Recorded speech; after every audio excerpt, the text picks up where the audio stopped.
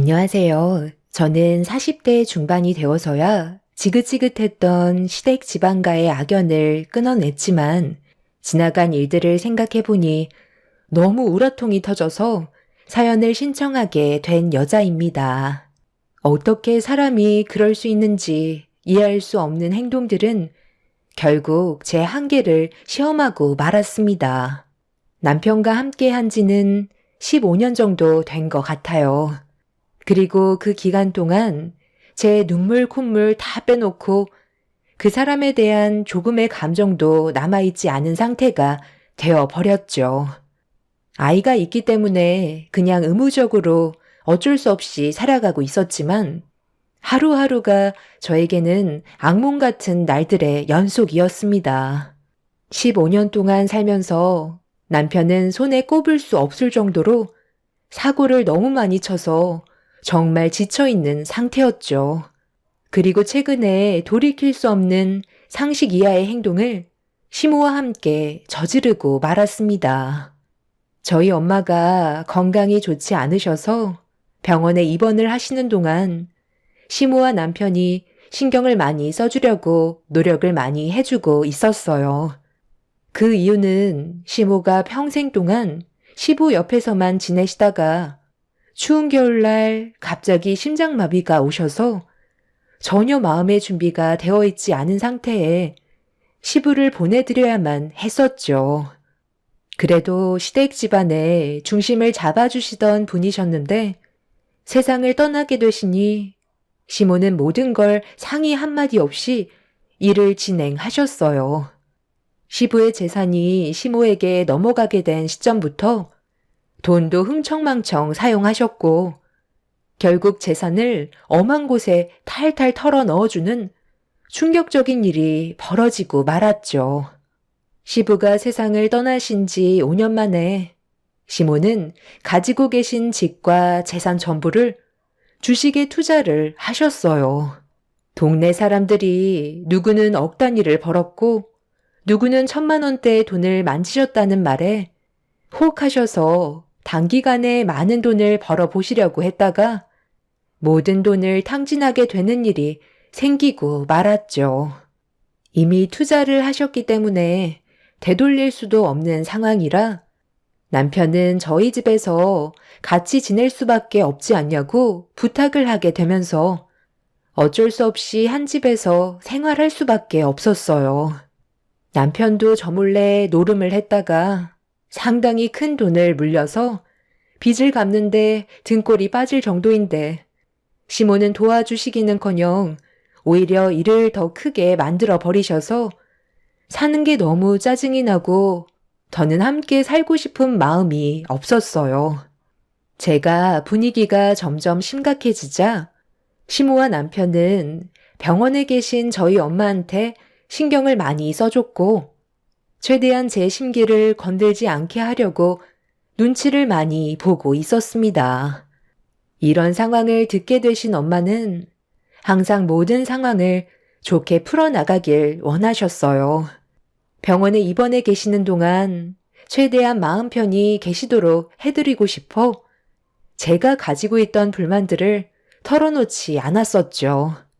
그런데 날이 가면 갈수록 엄마의 건강 상태는 안 좋아지면서 눈을 감고 계시는 일이 많아지셨는데 그런 엄마의 모습을 바라보고 계신 시모와 남편이 충격적인 한마디를 꺼내게 되었고 그 말을 듣게 된 저는 너무 놀라 두 귀를 의심할 수밖에 없었어요. 원래 인생이라는 게 복불복이라니까. 아무리 건강한 사람이라도 암 한 번 걸리면 아무것도 할 수가 없다니까. 이거 봐봐라. 살려고 발버둥 치고 있는데도 결국 세상 떠나게 될 날은 비켜갈 수가 없는 거다. 이런 거 보면 인생은 즐기면서 살아야 된다고. 나중에 후회해봤자 뭔 소용이 있겠어? 그래서 하는 말인데 이번에 우리 사돈 장례 끝나면 해외여행이나 좀 다녀올까? 한 일주일 정도 스위스 여행 다녀오고 싶은데 너희 사돈 세상 떠나면 그 재산 다 가져갈 수 있잖아. 그 돈 묵혀놔봤자 뭐 하겠어? 어차피 세상 떠나면 가져갈 수 있는 돈도 아닌데 좋은 추억 하나라도 만드는 게 좋지. 지금까지 살면서 제주도나 가봤지 해외여행은 단 한 번도 안 가봤는데 이번 기회에 며느리 덕 좀 볼 수 있겠네. 그렇게 해줄 수 있는 거지? 다녀와서 다시 열심히 살면 되는 거잖아. 의사가 그러는데 이제 버텨봤자 3일 정도라고 했나? 그럼 장례 끝나고 바로 떠날 수 있게 나는 집에 가서 미리 짐부터 싸놓을 테니까 며느리 너는 옆에서 자리 좀 지켜드려라. 지금 저희 엄마는 생사를 오고 가시는데 어떻게 앞에서 여행 얘기를 하실 수가 있으세요? 어머님 때문에 그동안 제가 얼마나 힘들었는지 아세요? 아이, 왜 우리 엄마한테 화를 내는 건데? 못할 말도 아니잖아. 당신 회사에 출근하는 동안 엄마가 장모님 옆에서 간호해드렸잖아. 그래서 어느 정도 보상을 바라실 수도 있는 거지. 해외여행 한번 가보는 게 소원이셔서 이참에 장모님 세상 떠나시고 당신한테 모든 재산 다 들어가면 그때 보내달라는 건데 그게 그렇게 싫어? 우리 엄마가 지금 눈을 감고 계셔도 귀는 열려 있으시다는 거 몰라? 평생 동안 해외여행 단 한 번도 못 가신 게 내 탓이야? 그동안 당신은 뭐 했는데? 악착같이 살아도 모자랄 판에 나 몰래 노름하다가 빚까지 생겨서 내가 얼마나 힘들었는지 뻔히 눈으로 봤으면서 지금 그런 말이 나와? 어머님도 남들 말만 믿고 전 재산 털어서 주식에 투자했다가 땡전 한 푼 못 찾고 정부 탕진해 버렸잖아. 내가 왜 모든 걸 다 짊어져야 하는 건데? 혜원이만 아니었어도 당신이랑 진작에 이혼했어. 얘가 지금 시애미 앞에서 그게 무슨 말버릇이니? 내가 일부러 재산 탕진하려고 그런 거니? 나도 잘 먹고 잘 살아보려고 했다가 그렇게 된 거잖아. 내 아들도 그래. 괜히 노름을 했겠어? 매달 벌어들이는 돈은 한정적이니까 삶 좀 나아지려고 했던 건데 그걸 이해 못 해주는 거야? 너는 어떻게 피도 눈물도 없니? 그런 허황된 꿈만 따라가니까 삶이 이렇게까지 바닥을 치는 거라고요. 당장 오갈 데 없으셔서 저희 집에서 얹혀 사시는데 해외여행을 가신다고요? 그것도 저희 엄마가 세상 떠나시고 들어오는 재산으로요? 지금까지 정말 힘들게 버텨왔는데 더는 힘들어서 못하겠어요. 조만간 저 이 사람이랑 정리할게요. 당신 지금 그게 무슨 말이야? 나랑 끝내겠다는 거야? 그럼 우리 혜원이는 이혼 가정에서 자라는 아이가 심리적으로 얼마나 불안해하는지 알면서 그런 말이 나와? 내가 저번에 노름한 건 미안하다고 했잖아. 지금 최선을 다해 빚 갚고 있고 다시 예전의 삶으로 돌아가려고 발버둥 치고 있는 거 알잖아. 그래, 아주 잘 알고 있지. 그런데 그것도 어차피 시간 지나면 다시 원점으로 돌아올 거 아냐. 당신은 잠깐만 여유가 생겨도 또 사고를 치잖아. 빚 다 갚으면 그땐 또 무슨 사고를 치려고? 15년 동안 당신이랑 살면서 항상 똑같았어. 잠깐의 숨 돌릴 틈도 없이 하나의 일이 끝나면 또 다른 사건을 터뜨리고 나는 당신이 저지른 일들을 수습하기 위해 발등에 불이 붙은 것 마냥 쉬지 않고 움직이는데 15년 동안 항상 제자리였어. 그리고 오늘 어머님이랑 당신한테 너무 큰 실망을 하게 돼서 더는 이렇게 살고 싶지 않아. 질려버릴 대로 질려서 조금의 감정조차 남아있지 않다고. 내가 오늘 뱉은 말에 대해서는 번복하지 않을 거야. 그래, 알았다. 내가 또 생각 없이 입을 털어서 너한테 상처를 줬구나. 내 처지에 무슨 해외여행이야? 그냥 조용히 살다 세상 떠날 테니까 이제 그만해라. 시모와 남편의 생각 없이 뱉은 말들 때문에 화가 난 저는 너무 흥분을 했는지 눈을 뜨지 못한 채 누워 계시는 엄마 옆에서 두 모자에게 막말을 퍼부어 버렸어요. 아무리 이해하려 해도 도저히 받아들이기가 힘이 들었습니다. 곧 작별을 준비하시는 엄마 앞에서 해외여행 얘기하고 있는 시모가 너무 개념이 없어 보였어요. 그걸 또 거들고 있는 남편도 한심해 보였죠. 제가 한바탕 난리를 치자 그제서야 사태 파악을 하고 병실을 급하게 빠져나갔지만 이미 저는 그 사람들에게 마음을 접어버린 상태라 이혼하겠다는 생각은 조금도 변하지 않았습니다. 의사는 엄마가 3일 정도 버틸 수 있다고 하셨지만 체력이 많이 떨어지셨는지 엄마는 결국 버티지 못하시고 다음날 아침에 세상을 떠나고 마셨어요. 그리고 이 소식을 듣게 된 남편과 시모는 장례 치르는 걸 묵묵히 도와주었고 엄마의 장례 기간 동안 최대한 조용히 지나가길 원했던 저는 아무 말도 섞지 않았습니다. 괜히 입 한번 열었다가 엄마의 장례를 망치게 될까봐 아예 신경 쓰지 않고 있었어요. 병원에서 한바탕 한 뒤 집으로 돌아갔던 터라 시모와 남편은 제 눈치를 보면서 장례를 도와주었고 그래도 생각은 있는지 3일장을 치르는 동안 아무 일 없이 지나갔어요. 그리고 저는 장례가 끝이 난 이후 다음날 몸살이 찾아와서 하루 종일 집에만 누워 있었죠. 제 딸 혜원이가 옆에서 저를 살펴주었고 며칠 동안 집에서 꼼짝도 못한 채 누워만 있었는데 남편과 시모는 뭐하고 있는지 집에 들어오지 않았습니다. 딸에게 물어봤지만 전혀 알고 있는 게 아무것도 없었죠. 그렇게 3일 정도가 지나고 어느 정도 기력을 회복하게 된 저는 남편한테 전화를 걸어봤어요. 또다시 무슨 일을 저지를 것만 같아 불안하기만 했었죠. 제 딸의 전화도 안 받는 남편과 시모의 행동이 너무 불편해서 몇 번이고 재차 연락을 시도해봤지만 받지 않아 답답한 상황이 또다시 시작이 되고 있었습니다. 제가 이혼하자는 말 때문에 숨어 지내는 것 같아 일단 대화 좀 하자며 확인하는 대로 전화를 달라고 문자 한 통 넣어놨어요. 그리고 저는 힘든 몸을 이끌며 정리가 되지 않았던 엄마 집에 유품 정리차 들리게 되었습니다. 아무 생각 없이 현관문을 활짝 열었는데 집 안에서 술 냄새가 진동을 하고 있었어요.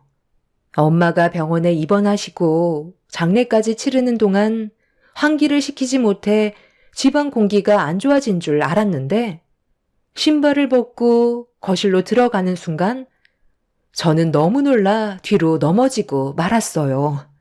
시모와 남편이 대자로 누워 거실에는 수십 개의 술병이 어질러져 있었습니다.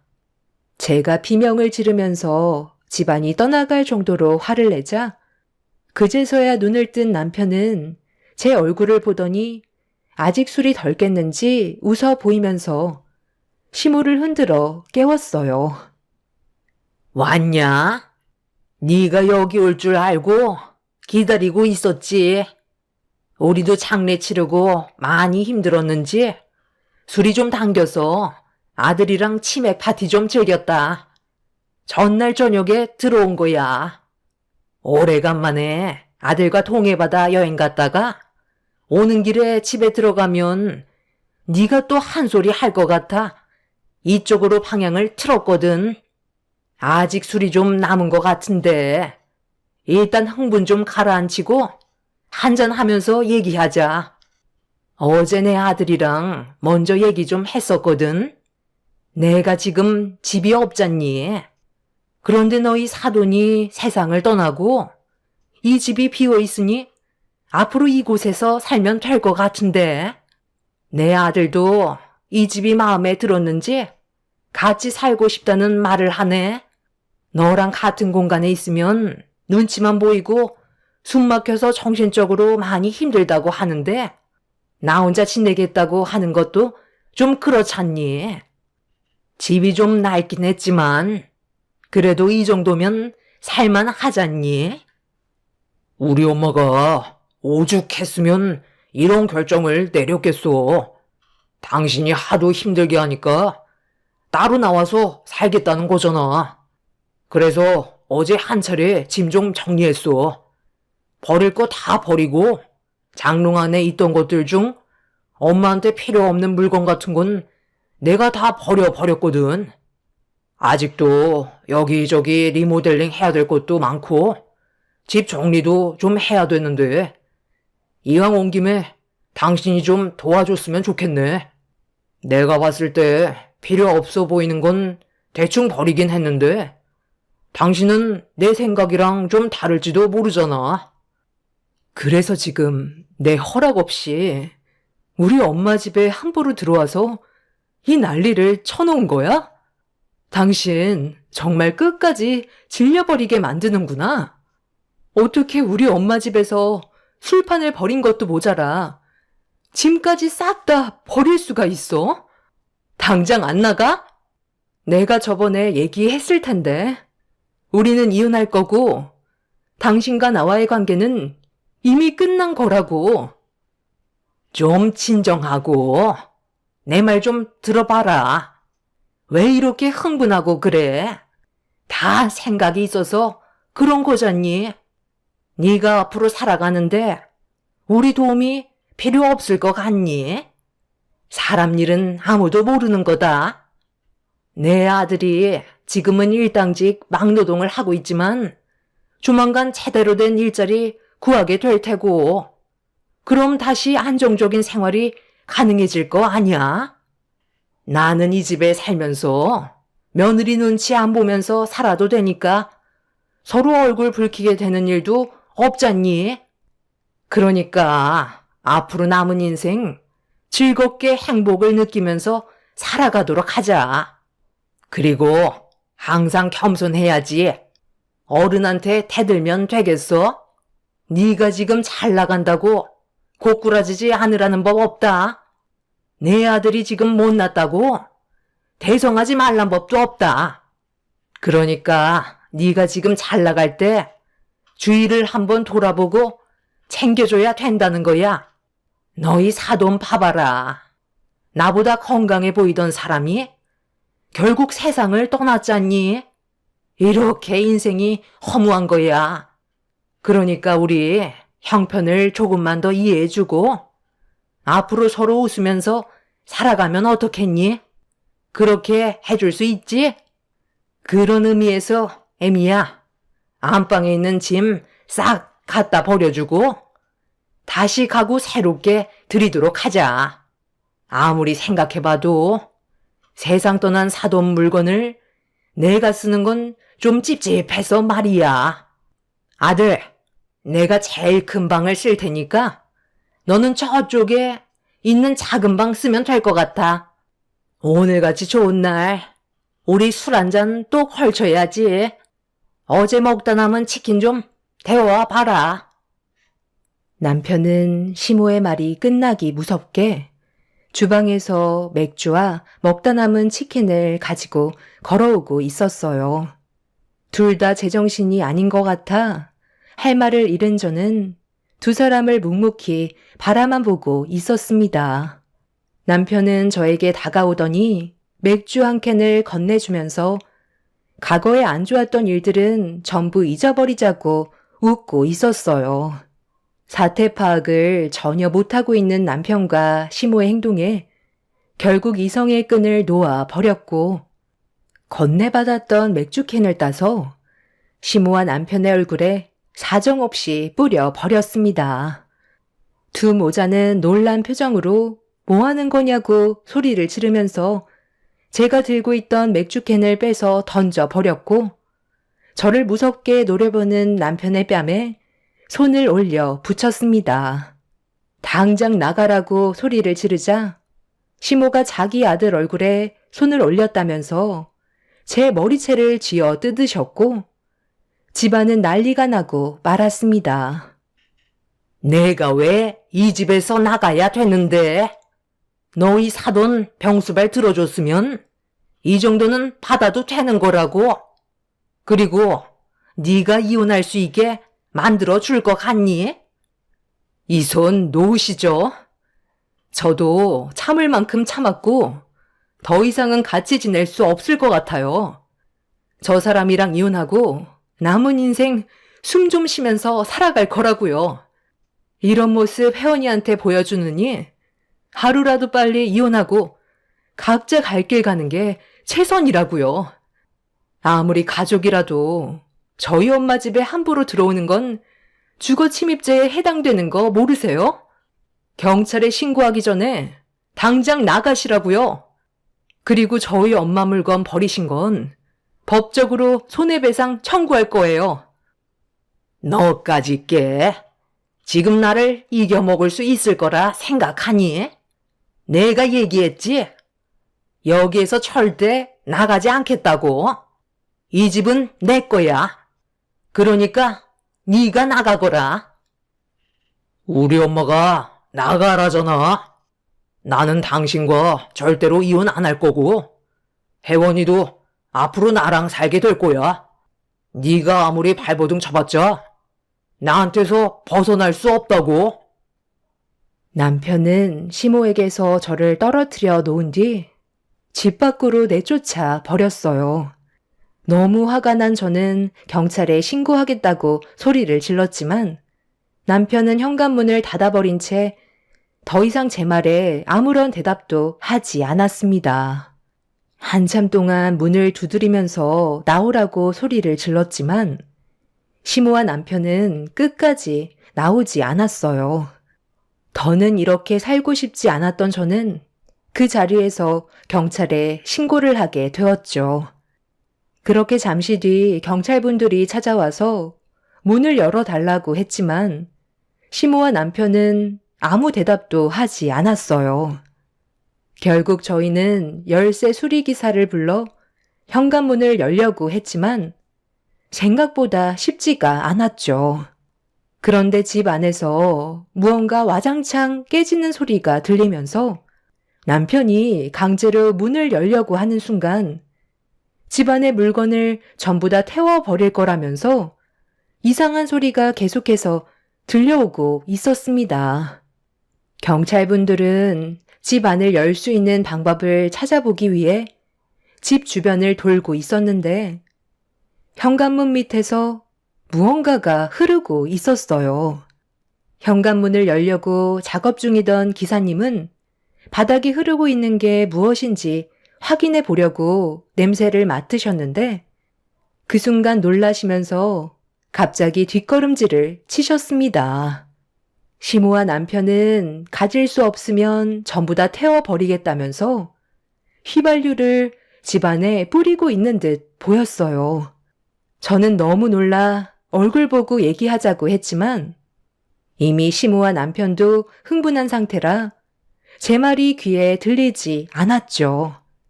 사태가 심각해지자 경찰은 119를 불렀고 혹시 모를 일을 대비하기 위해 모두들 대기하고 있었습니다. 경찰분들께서 최대한 좋게 설득하려고 노력을 했지만 시모와 남편은 절대로 나가지 않겠다며 계속해서 고집을 부렸고 결국 더 큰 사고를 방지하기 위해 문을 부수고 들어가려는 순간 현관문 발밑에서 갑자기 불길이 솟구쳐 올랐습니다. 남편은 자기 말을 무시했다면서 절대로 해선 안 될 행동을 저질렀고 소방대원분들은 급하게 불길을 잡기 위해 신속히 움직이셨어요. 생각 없는 사람들 때문에 상당히 많은 사람들이 피해를 보고 있었는데 현관문이 열이 받아서 그런지 열리지 않았는데 잠시 뒤 2층에까지 연기가 올라오고 있었습니다. 남편과 시모는 생각보다 커진 불길에 놀랐는지 안에서 살려달라는 목소리가 울려 퍼졌고 동네 주민분들까지 전부 몰려와 불안에 떨며 불에 휩싸이는 집을 쳐다보고 있는데 제 이름을 부르시면서 달려오신 한 분이 어떻게 된 거냐며 물어보셨어요. 그분은 저희 부모님과 오랜 세월 함께 하셨던 분이셨는데 집이 불타는 걸 보고 놀라서 달려오셨던 거였죠.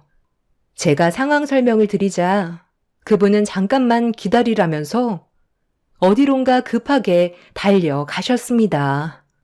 저희 부모님이 살고 계셨던 집이 예전에 도둑이 한번 들어서 창문에 전부 방범창을 설치하는 바람에 들어가기가 쉽지 않은 구조로 되어 있었어요. 그래서 소방대원 분들도 애를 먹고 있는 상황이었죠. 그런데 잠시 뒤 다시 어디론가 가셨던 부모님 지인분께서 누군가를 데려오셨는데 상당히 큰 불도저를 끌고 부모님 집 앞으로 오셨어요. 사람을 구하기 위해서 현관문을 밀어버려도 되냐는 말에 일단 사람이 우선인지라 저는 어쩔 수 없이 고개를 끄덕였고 부모님 지인분께선 불도저 기사분께 도움을 요청하셨습니다.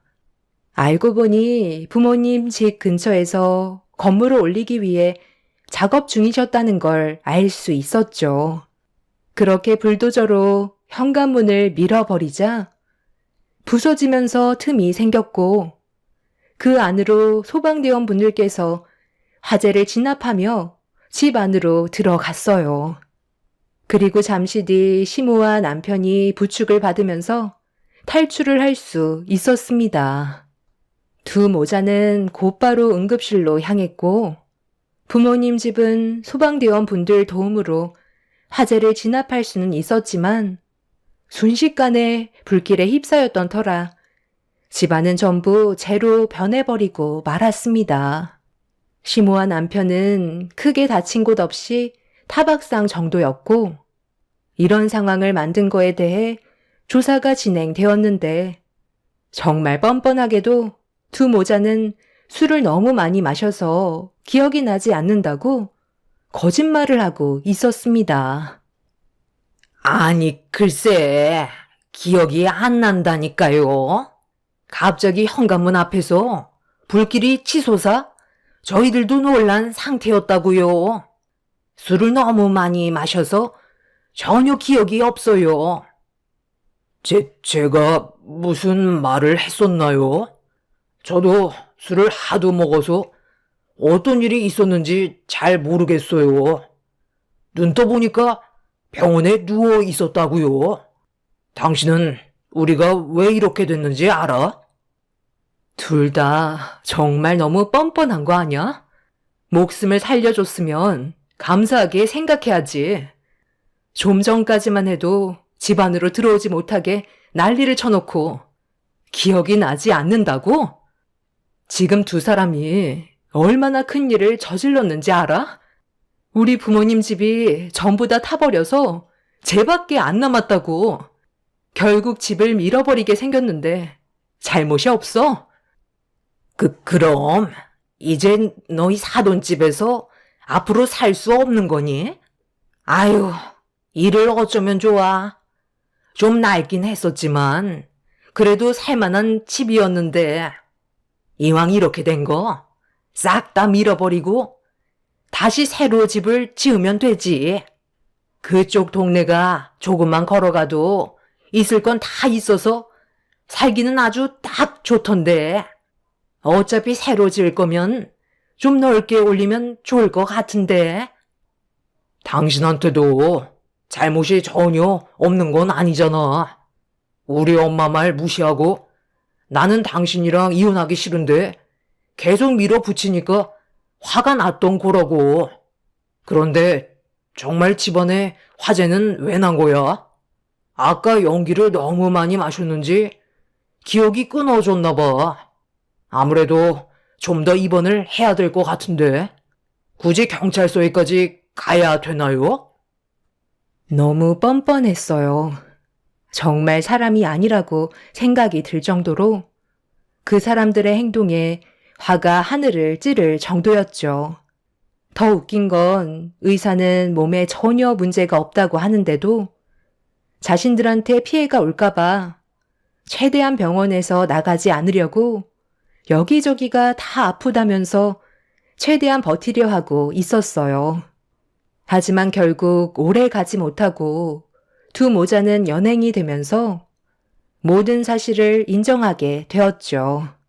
현재 두 모자는 방화죄로 징역 2년을 선고받은 상태입니다. 그리고 제가 피해본 부분들에 대해 소송이 진행 중인 상태죠. 저는 부모님의 집을 전부 철거하고 땅만 처분하게 되었어요. 지금은 제 딸과 단둘이 다른 지역에서 살고 있긴 하지만 아직까지 처리해야 될 일들이 수두룩하게 남아 있습니다. 이 문제로 이혼까지 할 수는 있었지만 앞으로 제가 피해본 부분에 대해 금전적인 보상을 그 사람들이 해줄 수 있을지 모르겠네요. 가진 게 없는 사람들이라 보상받는데 시간이 오래 걸리겠지만 그래도 저는 악착같이 전부 받아낼 생각입니다.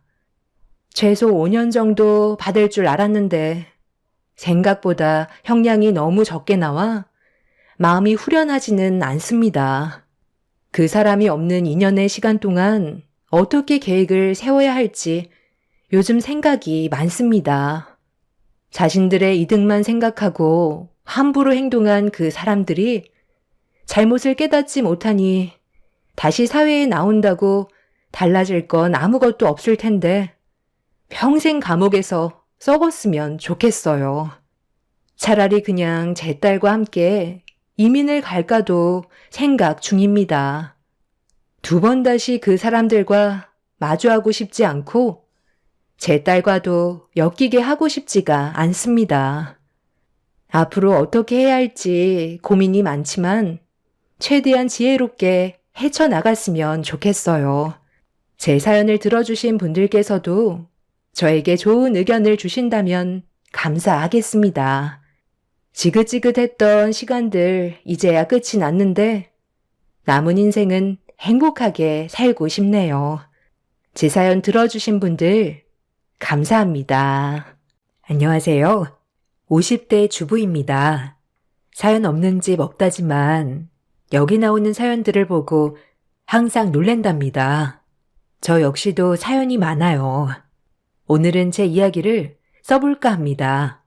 전 어렸을 때 집이 가난하여 중학교까지밖에 졸업을 하지 못하였어요. 제 나이 또래 친구들을 보면 학교를 못 나오는 친구들도 간간이 있던 터라 공감대 형성이 되는 친구들이 많았습니다. 전 중학교를 졸업하자마자 공장에 취직했어요. 전 중학교 때까지 공부를 곧잘 했었기 때문에 꼭 고등학교를 진학하고 싶었죠. 하지만 현실은 그럴 수 없었어요. 무슨 고등학교야? 너네 언니 지금 공장에서 일하는 거 안 보여? 여자의 중학교까지 보내줬으면 됐지. 뭘 그래? 엄마, 제발요. 학비만 보태주시면 제가 나머진 알아서 할게요. 고등학교라도 나와야 은행에 취직이라도 하죠. 은행 같은 소리 하고 있네. 지금 한 푼이 아쉽다. 너도 중학교까지 보내줬으면 얼른 일할 준비해. 어디 학교 못 가는 애들이 한둘이냐? 그래, 엄마 말 들어라. 우리 집 형편이 그럴 형편도 아니고. 아빠가 죄인이다, 너희한테. 너희들 볼 면목이 없어. 고등학교에 진학하고 싶었지만 부모님은 없는 살림에 중학교까지 보내줬으면 됐지 무슨 고등학교냐고 면박을 주셨죠. 그 말도 맞았어요. 제가 마음 편히 학교를 다닐 수 없는 환경이었거든요. 없는 살림에 한 푼이라도 더 벌어 집에 보탬이 되어야 했으니까요. 그렇게 4년을 일했습니다. 제 나이는 어느덧 20살이 돼 있었고 20살이 되어 보니 하나둘 시집 가는 친구들도 있고 대학교에 가는 친구들도 있더라고요. 한 번도 공부에 미련을 갖지 않았는데 그때는 얼마나 대학교에 가는 친구들이 부럽던지 그때 깨달았어요. 주경야독, 낮에는 일하고 밤에는 공부를 해보자고 생각이 들었죠. 조금씩 적응을 해뒀던 터라 희망을 가졌죠. 그렇게 전 야간 고등학교를 진학했습니다. 운명이었는지 그곳의 선생님과 사랑에 빠졌어요. 그렇게 시댁에 완강한 반대가 있었지만 저희는 결혼에 성공했어요. 남편이 우직한 사람이었기에 가능했던 일이었어요. 말이 되는 거니? 어떻게 네가 가르친 학생이랑 눈이 맞아 결혼을 한다고 해? 너 엄마 죽는 꼴 보고 싶어서 그래? 죄송해요. 엄마, 도영이 착한 애예요. 제가 사람 보는 눈이 있어요. 그러니까 한 번만 저 믿어주세요. 도영이랑 행복하게 살게요. 결혼해서 이혼은 절대 안 된다. 네가 선택한 결혼 끝까지 책임져. 대신 이제 내 덕볼 생각은 말아라.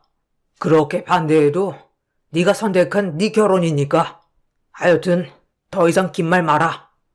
당신도 포기해. 그렇게 말려도 하겠다는데 지 인생 지가 사는 거지. 시부모님의 반대가 완강했지만 남편 또한 완강했기 때문에 저희는 결혼에 성공할 수 있었습니다. 그리고 전 큰 집안 살림을 해야 했기에 학교를 그만두고 집안 살림에 전념했습니다. 그런 저는 시댁의 미운놀이 새끼였죠. 나이도 어렸고 최종 학력도 중졸이었기에 시댁에서는 절 너무도 싫어했어요. 특히나 위로 형님 두 분이 계셨는데 그 형님들의 학벌이 석 박사는 기본이었거든요. 어머, 진짜 웃겨. 나 진짜 쇼킹이잖아. 도련님, 아니 이제 서방님이라 불러야 하나? 서방님도 어떻게 된 거 아냐? 그러게 말이에요.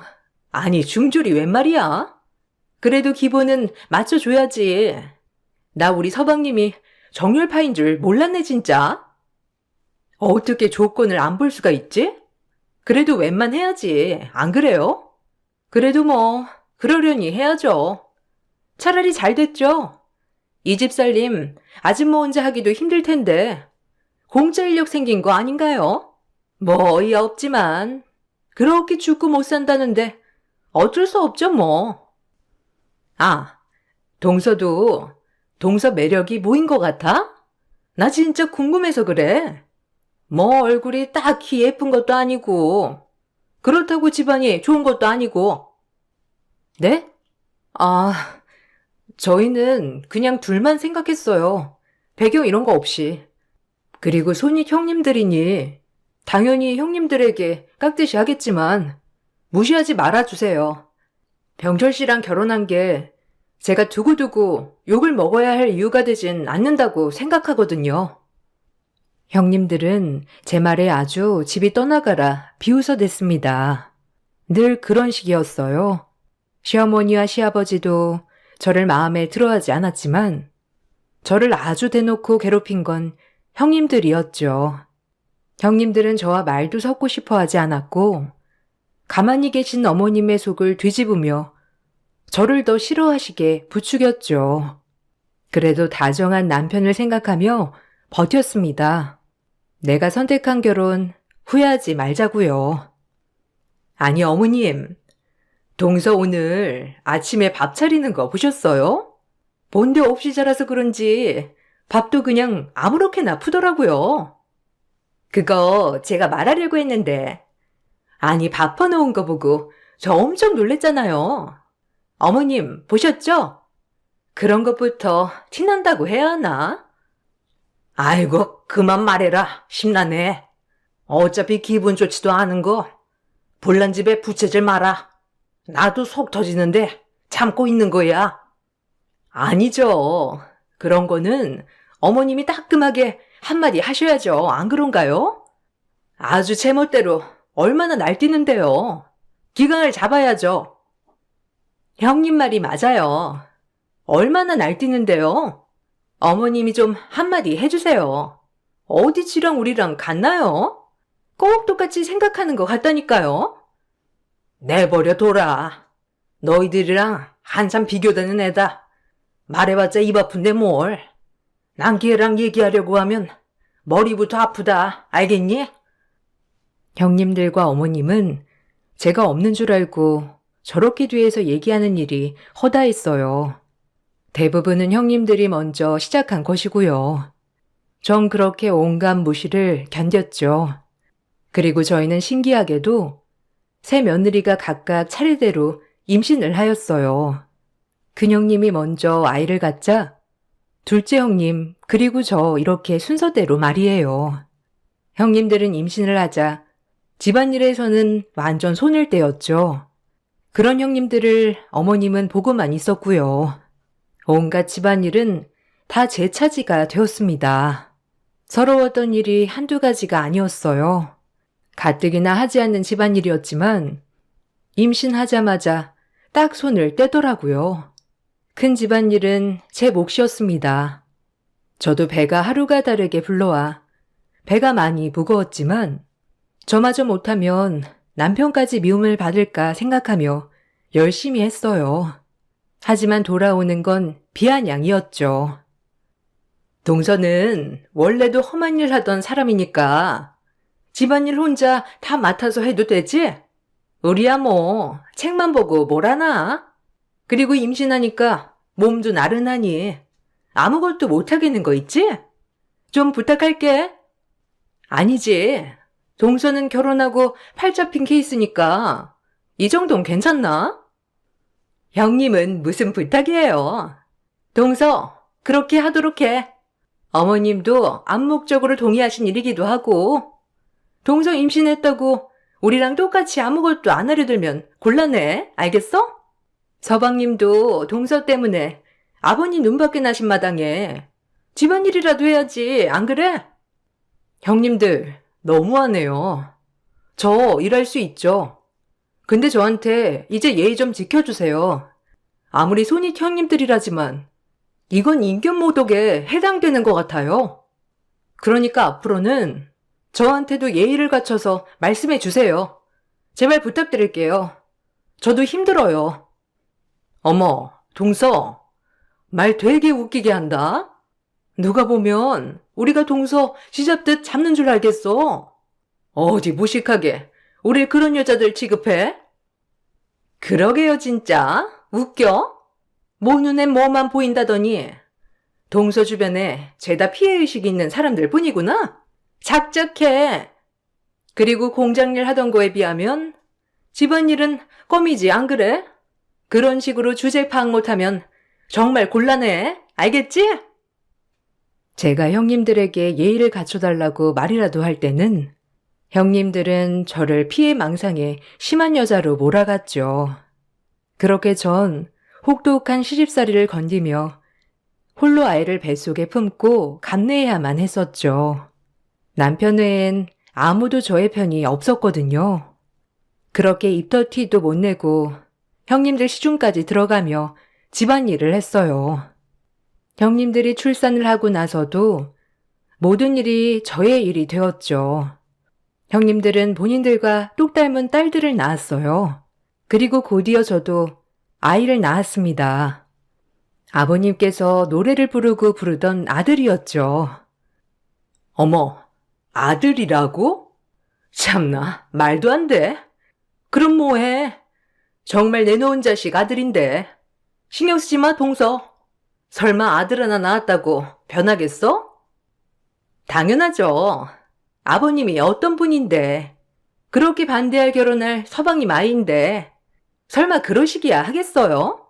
아우 짜증나. 왜 하필이면 그 물건한테 아들을? 아우 속상해 정말. 동서 절대 기어오르지 못하게 단단히 우리가 눌러놔요 형님. 당연하지. 자기가 어디라고 우리한테 까불어? 절대 안 되지. 아들 낳으면 다야. 우리도 둘째 낳으면 돼. 그럼 지금이랑 다를 거 없어.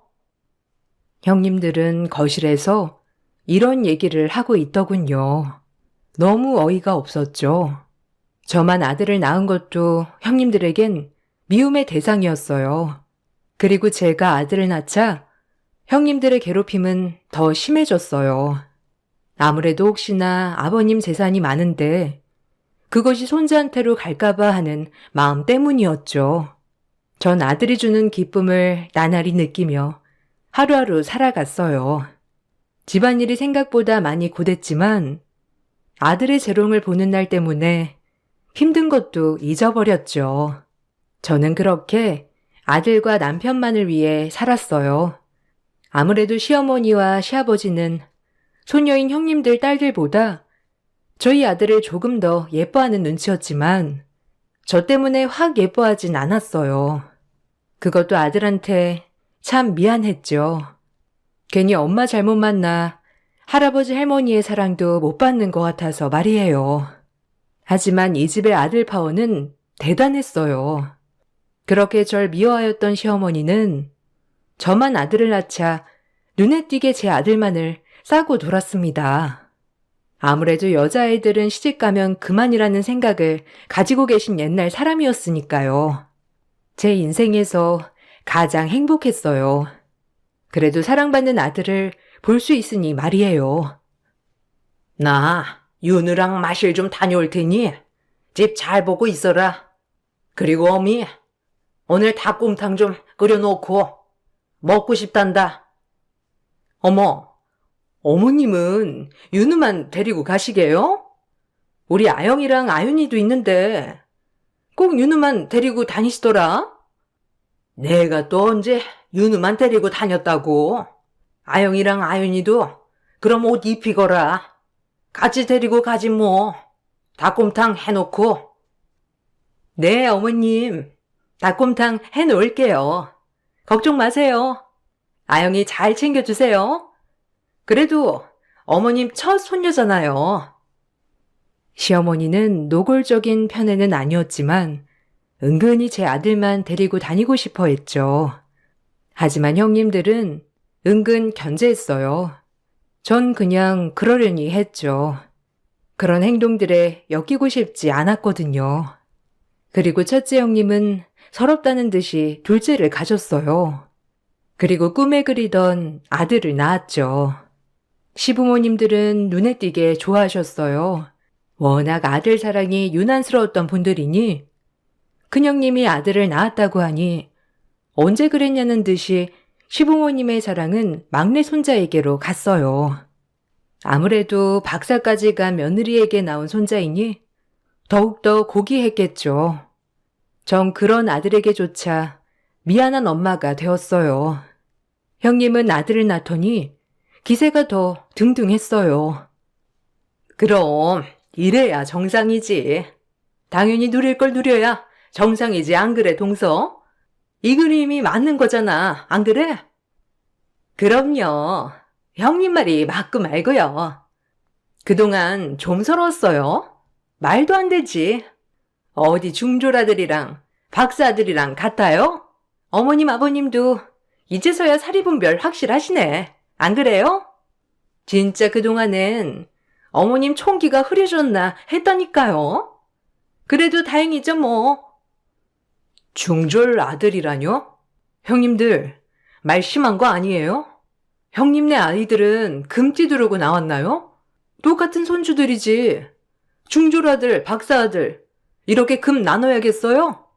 따지고 보면 형님들 부모 잘 만나 학교 다닌 거 아닌가요? 가난한 게 죄예요? 그렇게 말하지 말아주세요. 어머나, 또 발끈하네. 그만해, 동서. 뭐 잠깐이라도 어머님 아버님 사랑 받아봤잖아. 그러니까 그냥 찌그러져 있어. 형님들은 손주들도 급이 있다며 같은 손주들끼리 급을 나눴어요.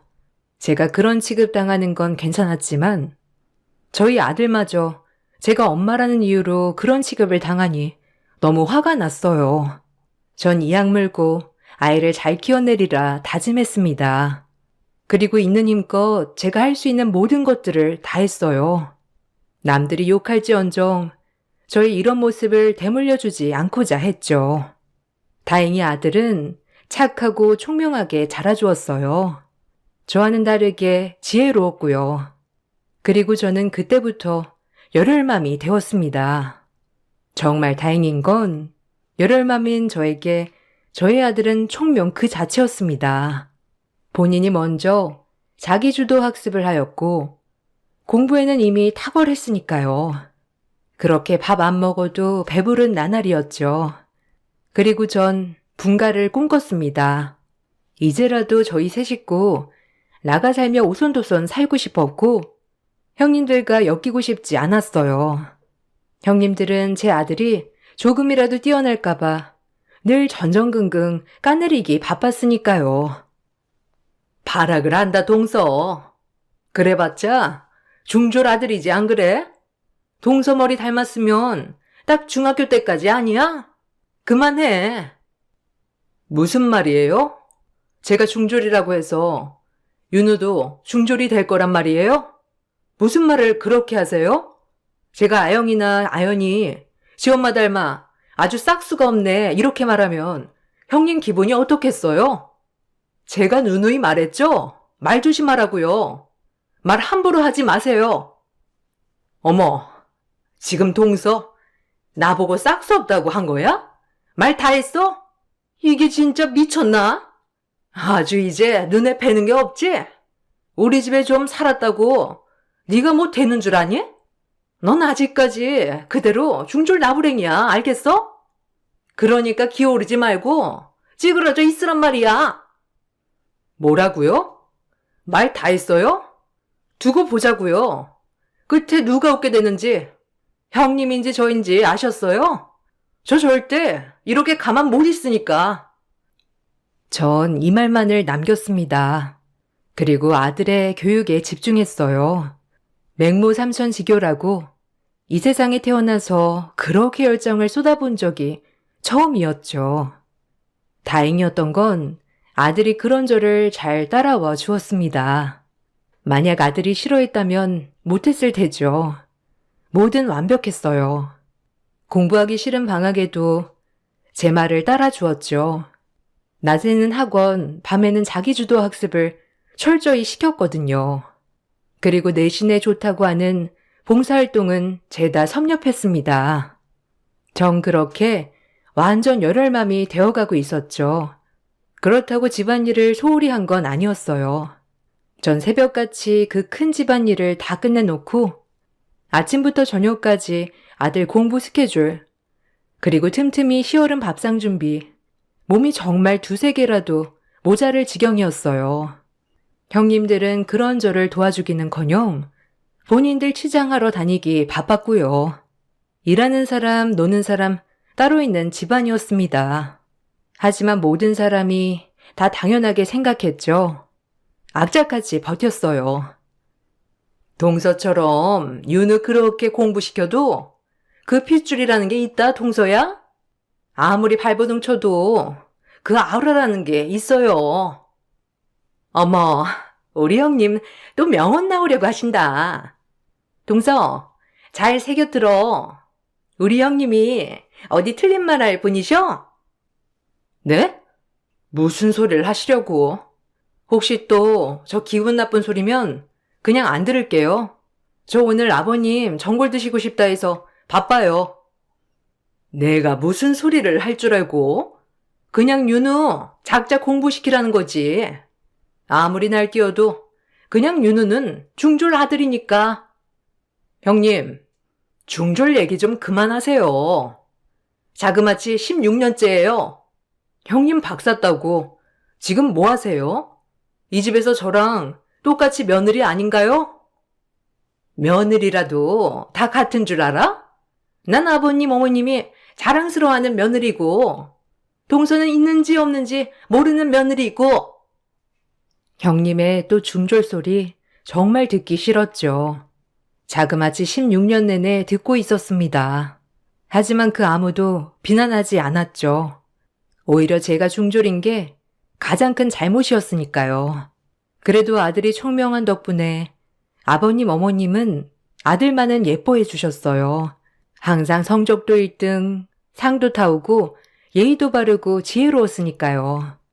제 아들이라서가 아니라 형님들의 자녀들보다도 총명했습니다. 아니, 윤우가 너 학급에서 1등이야? 참나, 넌 누구 닮아 이리 총명하냐? 어려서 나를 보는 것 같단 말이지.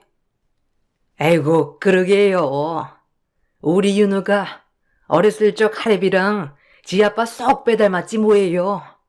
우리 윤우 덕에 웃는다 아주. 아, 윤우가 또 1등 했구나? 아영이는 2등 했던데. 아버님, 아영이랑 윤우랑 간발의 차예요. 다음엔 아영이가 1등 할걸요? 물려받은 지식 어디 가겠어요. 길고 짧은 건 대봐야 알죠. 아, 그리고 우리 아연이도 이번에 반장 선거 나가게 됐다니까요. 아이고, 우리 아연이, 우리 막내 손자. 이 할아비 닮았으면 반장 당연히 되겠지. 안 그러냐? 아주 손자들 덕에 내가 이 나이에 이렇게 기쁘구나. 웃는 날이 없었는데 요즘에 손자들 보는 낙에 산다니까. 아무쪼록 너희 자식 농사 잘 지었다. 그러게요, 아버님. 감사해요. 그래도 엄마 머리도 닮을 수 있는데 윤우는 좀 더 두고 봐야 하지 않겠어요? 농담. 제가 살면서 느낀 것은 제가 중졸이 아니었다면 형님은 무슨 낙으로 살았을까라는 생각을 수도 없이 했죠. 그 정도로 저만 보면 중졸. 어느 날 저와 형님들이 저에게 또 비아냥대면서 말을 하는 것을 제 아들이 들었죠. 가지가지였어요. 아니, 웃기지 않아요? 아버님도 항상 윤우 얘기하는 거 보면 그래도 아연이가 진짜 손자지. 어디 윤우랑 비교해? 괜히 그러시는 거지. 동서는 아버님 몰라? 아버님이 그 많은 재산 어디 나중에 중졸 아들한테 물려주실까? 그래도 요새 윤우 너무 예뻐하는 거 보면 좀 쎄하지 않아요? 전 이러다가 저들한테도 이 재산 나눠줘야 할까봐 걱정이에요. 동서, 걱정 마. 아버님이 바보가 아닌 이상 며느리를 생각지도 않은 사람한테 재산을 주시겠어? 퍽도 걱정 마셩. 아들은 큰엄마들의 얘기를 들었다고 했어요. 그 말을 듣고 할아버지의 사랑도 의심이 된다고 하였죠. 또 형님들에게 무턱대고 덤비지 않았지만 방에서 막 울더라고요. 그 모습을 보니 마음이 찢어지는 것 같았습니다. 엄마 잘못 만나 괜한 소리 듣고 있는 거 아닌가 해서요. 전 그런 아들이 우는 모습을 지켜보며 아들에게 미안하다고 사과를 했어요. 하지만 아들은 절 위로해 주더군요. 미안해. 엄마 때문에. 엄마가 진짜 가난했거든. 그래서 학교를 못 갔어. 우리 윤우도 이런 엄마가 창피하지? 아니야. 엄마, 내가 미안해. 엄마가 그동안 어떻게 살아왔는지 다 아는데 내가 더 열심히 해서 엄마 소름 갚아줄게. 아니, 우리 아들은 지금 충분히 잘하고 있어. 더 이상 애쓰지 않아도 돼. 그냥 엄마는 윤우가 엄마처럼 어디를 가더라도 무시당하지 않고 살았으면 좋겠어. 그것뿐이야. 미안해, 우리 아들. 엄마가 우리 아들한테는 미안하단 말밖에 할 말이 없어.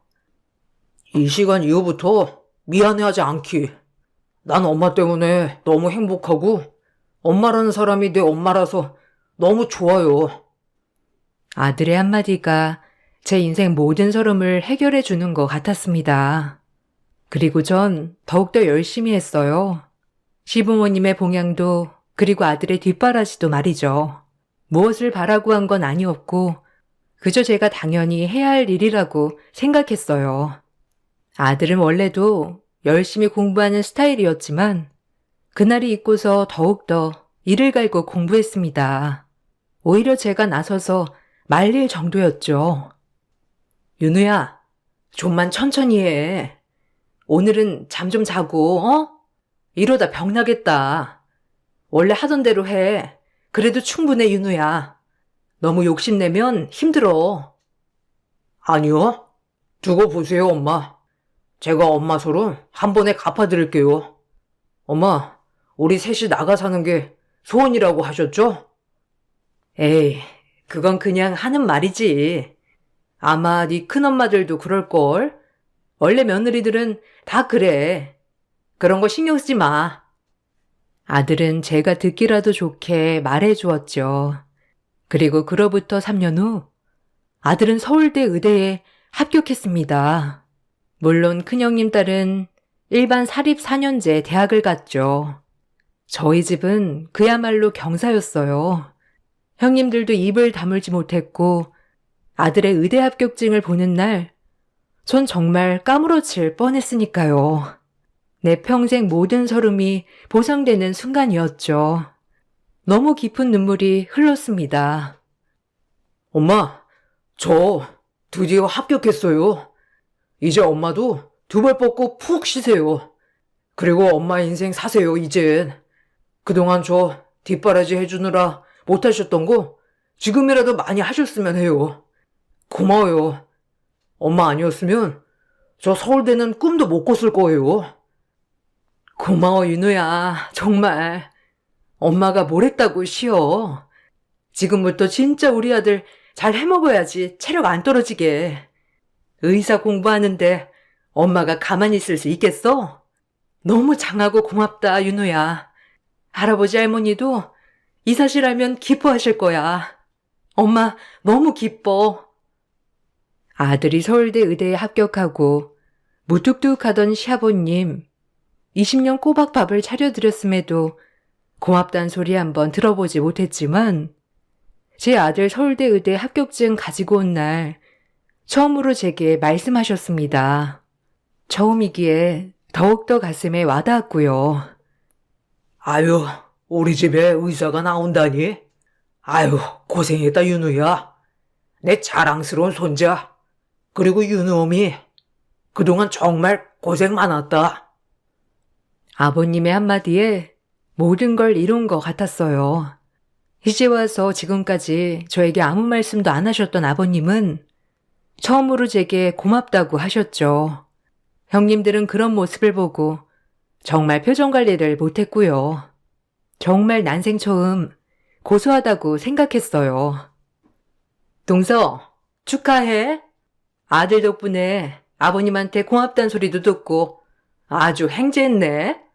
원래 같으면 아버님 눈도 못 마주쳤을 텐데. 감사해요, 형님.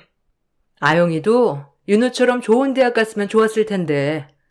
아영이 노력이 조금 부족했다, 그렇죠? 걱정 마세요, 형님. 형님한텐 아연이도 있잖아요. 아연이가 서울대 의대에 들어가 주겠죠, 뭐. 그런 걱정 푹 놓으셔도 되잖아요. 전 그럼 이만. 뭐? 동서, 말 다 했어? 내가 가만히 있을 줄 알아? 우리 아연이 얼마나 대학 잘 가는지 두고 보자고. 내가 너 코 납작하게 할 거야. 형님의 약을 바짝 올려놨습니다. 얼마나 고소하던지. 그리고 그의 구정이 되었어요.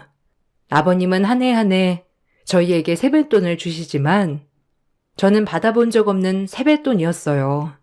아버님이 한 말씀 하셨죠. 그 말에 형님들은 박장대소를 했습니다.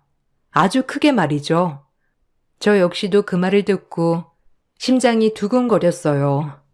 그 이야기는 명절 세뱃돈을 학력 순서대로 준다는 말이었죠.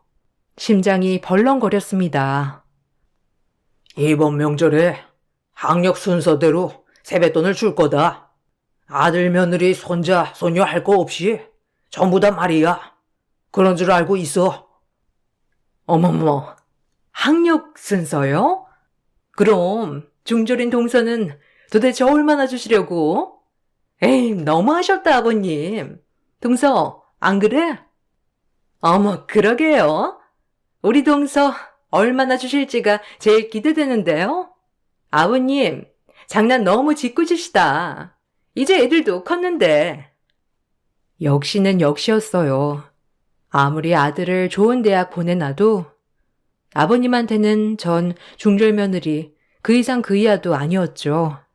형님은 그럴 줄 알았다며 둘째 형님과 박장대소를 하는데 한편으로 자존심이 너무 상했어요.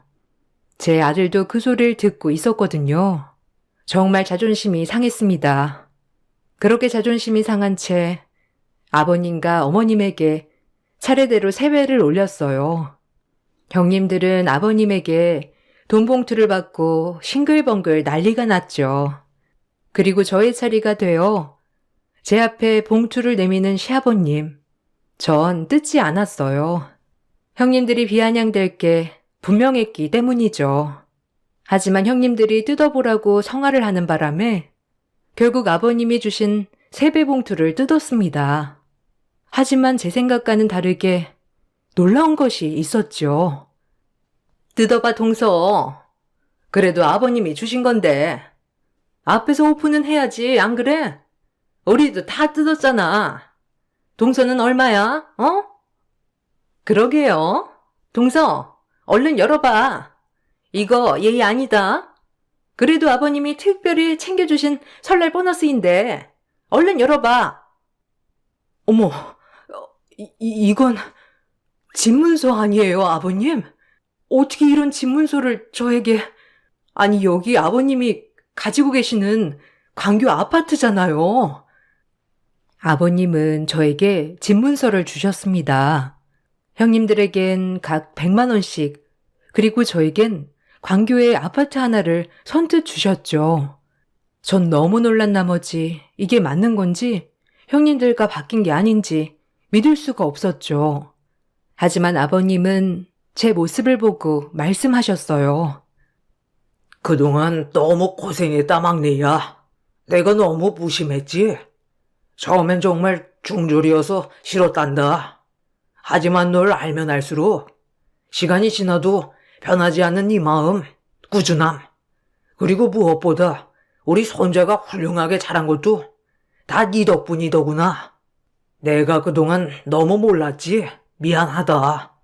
이걸로 네 마음이 풀리진 않겠지만 이 못난 시애비를 용서해 주겠니?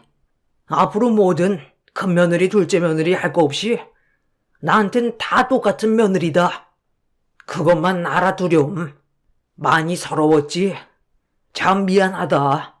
내가 진작 너한테 주고 싶었던 거야. 아니, 어떻게 이런 걸... 아버님, 제가 이걸 받아도 되나요? 그저 전 제가 주어진 일을 했을 뿐인데 너무 과하신 것 같아요. 아버님의 말에 정말 폭풍 오열을 했어요. 형님들은 집문서를 보자마자 노발대발 난리가 났고요. 이런 법은 없다면서요. 그 소리가 귀에 들려오지 않았죠. 얼마나 눈물이 나던지 전 말을 이을 수가 없었어요. 그런 저를 아들이 꼭 껴안아 주었죠. 집문서라뇨? 그것도 광교 아파트를? 너무하신 거 아니에요? 아니, 아버님, 저희는요? 그럼 저희도 주셔야 하는 거 아니에요? 그러게요. 아니, 너무하세요. 어떻게 동서한테만 집문서를 주실 수 있어요? 상도가 있지. 그것도 막내를. 아버님, 감사합니다. 정말 제가 뭐라고 말을 해야 할지. 형님들은 그동안 편하게 누릴 거 누리셨잖아요. 욕심 좀 그만 내세요. 그래, 어미 말이 맞다. 욕심이 과하면 달이 나는 법이지. 아주 처음부터 지금까지 욕심이 덕지덕지. 너 욕심 챙기기 전에 니네 아이들이나 똑바로 키워, 이것들아. 너 크네. 아영이는 대학 망쳤어도 아연이 대학 망치는 날엔 내가 가만 안 있는다. 알겠어? 그리고 이제부터 이 집의 중졸 며느리라고 입에 올리는 사람은 내가 요절을 낼 줄 알아. 이 집에서 쫓겨나고 싶지 않으면 그 입 다물어. 아니, 그래도 그렇죠. 아버님, 이건 너무 편파적인 거 아닌가요? 저 아직 아연이 남았는데 그땐 뭘 주시려고 그러는 거예요? 크네. 큰 소리 치는 거냐 지금? 어디 한번 보자. 네가 얼마나 아연이 대학 가는데 노력을 하는지. 너 지금 하는 거 보면 안 봐도 훤해. 시아버지의 고함에 형님들은 조용해졌죠. 그리고 씩씩대고만 있었어요. 전 꿈에도 그리던 분가를 할 수 있었습니다. 그리고 아버님에게 인정도 받았어요. 20년 만에 처음으로요. 그 무엇보다 집보다도 값진 선물이었어요. 죽을 때까지 아버님에게 인정받지 못할 거라 생각했는데 이렇게 인정해 주시니 정말 감격스러웠죠. 저흰 그렇게 이사를 나왔습니다. 지금도 간간히 아버님께 전화가 오곤 해요. 제가 해준 전골이 그렇게도 드시고 싶다고. 결혼 20년 만에 며느리와 시아버지의 관계가 되었습니다. 형님들은 그 후에도 저를 못 잡아먹어 안달이지만 이젠 별로 보지도 않을 뿐더러 형님 막내 아들마저 대학 입시에 실패하고 집에서 씩소리도 못하는 존재가 되었죠. 그리고 시간이 흘러 아버님은 돌아가셨어요. 아버님 유산으로 형제 셋이 똑같이 재산을 배분받았습니다. 형님들은 그런 저를 못마땅해 했지만 이젠 어찌할 도리가 없었죠. 명절이나 가족 모임 때, 시댁에 모일 때마다 저희 아들 때문에 제 어깨가 얼마나 으쓱한지 몰라요. 아들은 무사히 졸업하여 의사가 됐거든요. 엄마가 석박사가 아니어서 늘 아들에게 미안한 마음뿐이었는데 그와 별개로 이렇게 훌륭하게 자라주니 제 인생은 나름 성공했다고 생각합니다. 저의 이야기를 쭉 써내려 가다 보니 그 많은 서름 정말 어떻게 견뎠지라는 생각도 들어요. 제 이야기를 듣고 공감 가시는 분들도 있으시겠죠? 바쁜 시간 제 이야기 들어주셔서 감사합니다. 안녕하세요. 돈이란 뭘까를 생각하며 이 글을 써보려고 해요. 저는 30대 주부이고 언제나 이 채널을 들으며 집안일을 하곤 해요. 저 역시 누군가에게 재밌는 하루를 선사하기 위해 글을 써보려 합니다. 결혼 후 시댁에 인사를 갔을 때 시어머니 되시는 분은 너무도 인자하시고 좋았어요. 남편에게 과거가 너무 힘들게 살았다는 이야기를 많이 들었어서 그런지 시어머니 얼굴에 고생했던 흔적들이 굉장히 많이 있었어요.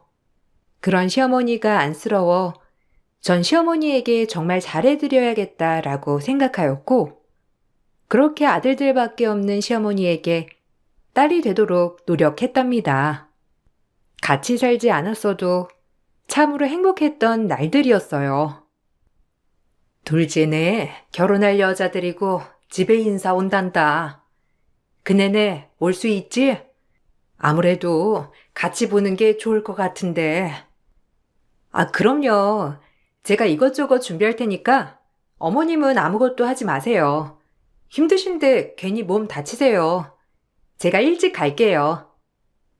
아니요. 넌 옆에 있어주면 된다. 그래도 결혼할 사람이라는데 같이 보면 좋을 것 같아서 그려. 어쨌든 고맙다. 시어머니의 집과 저희 집이 거리가 좀 있었기 때문에 시어머니는 조심스레 저에게 부탁하시더라고요. 그렇게 저와 남편은 시동생이 결혼한다고 데리고 올 여자를 맞으러 어머님 댁으로 내려갔어요. 어머님은 역시나 막내 며느리를 맞는다며 신이 나서 전부침에 갈비, 잡채, 바리바리 준비해 놓으셨더라고요. 저 역시 인사를 갔을 때 어머님이 손수 따뜻한 밥을 해먹이고 싶다고 하셨기 때문에 어머님의 정성을 이해할 수 있었어요. 그렇게 동서되는 사람이 인사를 왔는데 어머님과 마주치자 기합할 일이 벌어졌고 남편과 시동생마저도 당황하였더라고요. 그리고 동서는 곧바로 화색이 돌면서 갑자기 활발해지기 시작했어요. 어머, 어머님이 아줌마일 줄이야? 어머, 진짜 꿈에도 상상 못했다. 그렇죠? 당신은 왜 이런 얘기를 안 했어? 어머님이 가정부 했다고 얘기했으면 내가 뭐라고 할까봐? 그래도 잘 사시고 계셨네요. 아줌마 손맛이 그리웠는데 반가워요. 그래. 잘 지냈니? 내가 그때 사모님이랑 사장님한테 은혜를 많이 입었어서 늘 고맙게 생각하고 있어. 그러니깐요. 저희 엄마 아빠가 좀 잘해주셨나요? 그래도 어머님 아들들은 진짜 잘 키우셨네요. 아주버님은 의사에, 둘째 아들은 노무사에. 진짜 대단한데요? 하여튼 아줌마 희생이 헛되지 않았다니깐요. 아우, 자꾸 아줌마라는 말이 입에 붙어서. 천천히 호칭은 바꾸면 되지. 그래도 우리가 보통 인연은 아닌가 보다. 내 아들이랑 만나고 있을 줄은 정말 몰랐네. 그러게요. 엄마가 아줌마 한번 만나고 싶어 하긴 했는데 인연이네요. 저희 엄마가 보시면 무슨 말씀을 할까 궁금해요. 시동생이 데리고 인사 온 동서는 예전 어머님이 굉장히 힘든 시절에 파출부를 했던 집의 딸이었어요. 꽤 오랜 시간 일을 했었기 때문에 바로 저희 어머님을 알아보는 동서였고, 어머님을 보자 마음이 엄청 편안해 보이더라고요. 하지만 이상하게 전 동서가 거슬렸습니다. 그래도 시댁이고 옛날 과거가 있지만 지금은 시어머니 되실 분인데 본인이 상전 행세를 했거든요. 그리고 워낙 심성이 착하고 바른 말을 잘 못하시는 어머님이었기에 그저 그런 동서에게 아무 말씀을 안 하시는 모습이었어요. 형님, 말씀은 많이 들었어요. 간호사셨다고. 아무리 세상이 좋아졌다고 하더라도 간호사가 의사를 만나기가 하늘의 별 따기인데 그래도 성공하셨네요. 어디 가서 의사 사모님 대접받고 진짜 좋으시겠어요. 진짜 한 방에 성공했네요. 형수님한테 말버릇이 그게 뭐야? 아, 형수님, 죄송해요. 워낙 사랑만 받고 자라가지고 조금 해맑아요. 이해해주세요. 아마 악의 없이 한 얘기일 거예요. 그래도 속은 굉장히 착한 여자이니 형수님이 많이 가르쳐주시고 알려주세요. 아, 네, 제가 가르칠 게 뭐가 있겠나요. 그래도 이제 가족이 됐으니 호칭은 바로 해야 할 것 같아요. 동서라고 할게. 어머님이 과거에 동서네 집에서 일을 했지만 그래도 지금 아줌마라고 하는 건 좀 아니지. 어머님이라고 해버릇해야 해. 어머, 당연하죠. 오늘 저도 놀라고 그랬으니깐요. 근데 형님이라고 벌써부터 기강 잡으시는 거 아니죠? 곤란해요. 기강이라니 그냥 맞는 말을 한 것뿐이야. 어머님한테 깍듯이 대해줬으면 해. 어머님이 그래도 이 집 제일 어른이시잖아. 형님 댁의 얼굴은 동안 페이스인데 마인드는 꼰대 마인드가 있네요. 알겠어요. 어련히 알아서 할까.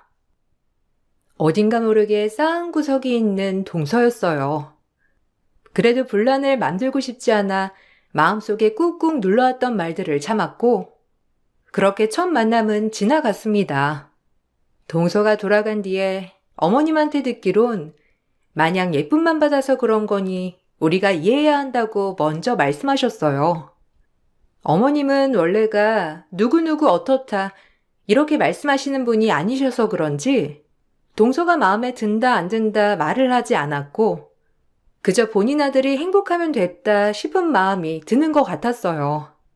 그럼에도 걱정은 좀 하시더라고요.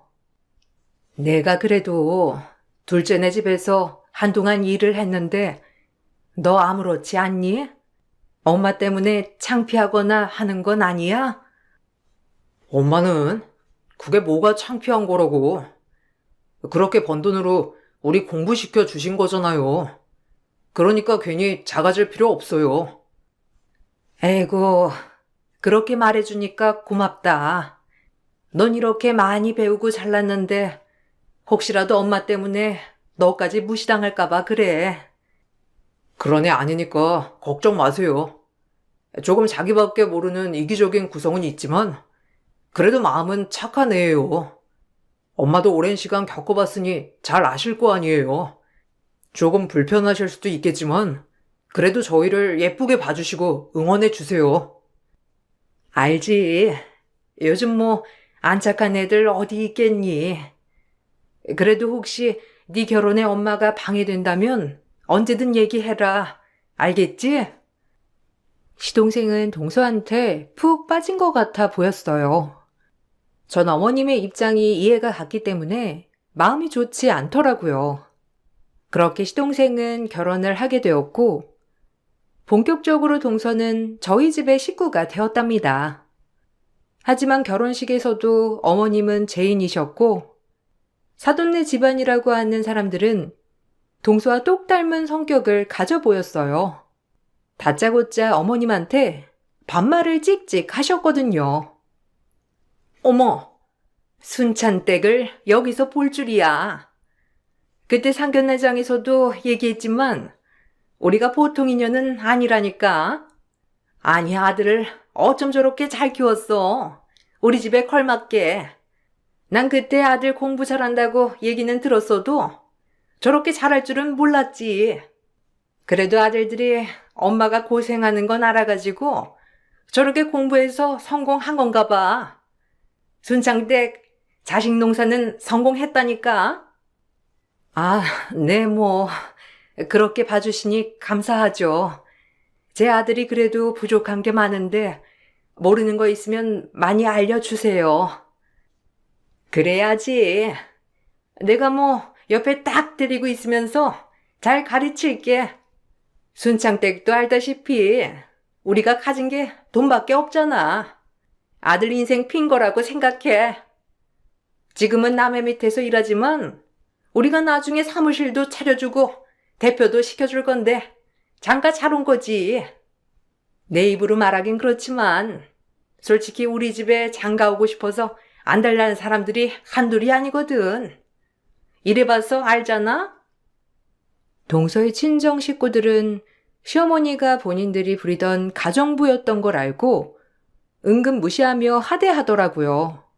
하지만 시어머니는 사돈들에게 깍듯이 존댓말을 하는 모습을 보였고 제 마음이 너무 안 좋았습니다. 그리고 그때부터였어요. 동서는 가만 보니 악랄한 구석이 있었고 본인 남편 앞에선 어머님을 생각하는 척을 하면서 어머님 앞에서는 시종 부리듯 하는 거였답니다. 아, 어머님, 이거 잡채가 너무 짠 거 아니에요?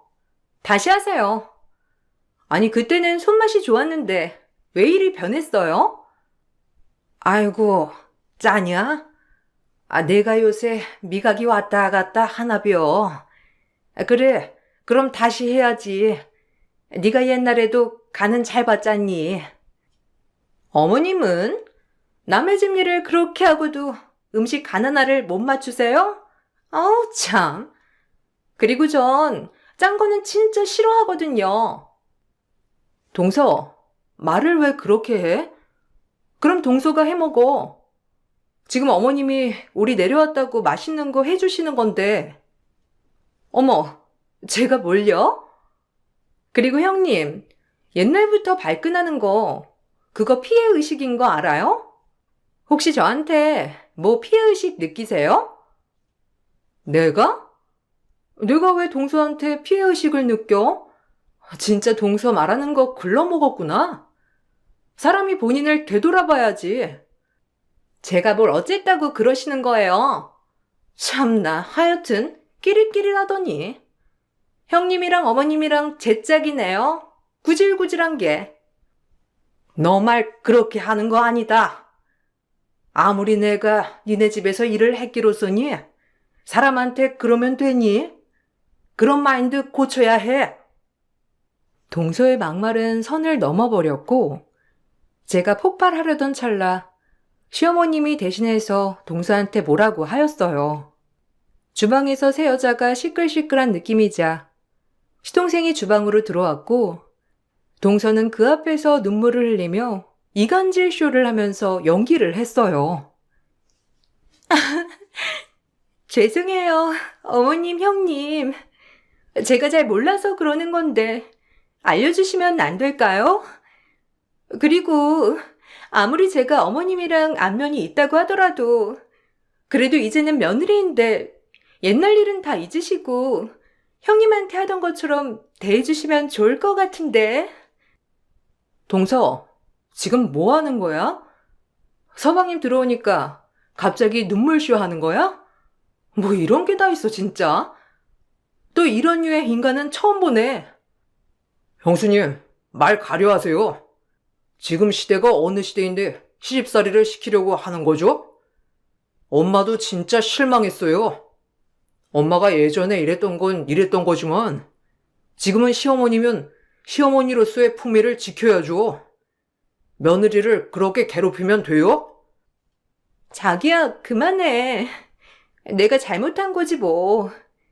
난 그냥 어머님이랑 친하다고 생각해서 조금 편하게 돼 있는데 어머님은 그게 노여웠나 봐. 본인이 시어머니라면서 날 막 겁박하는데 이런 적 처음이야. 그리고 형님까지 합세해서 너무 무서웠어. 아이고 참, 기가 막혀서. 너희 그냥 올라가라. 어차피 내가 무슨 얘기를 한들 그게 네 귀에 들리겠니? 얼른 돌아가. 엄마 진짜 그러지 마요. 아무리 엄마가 나를 위해 희생했다고 하더라도 난 내 식구한테 이러는 거 못 참으니까. 자기야, 가자.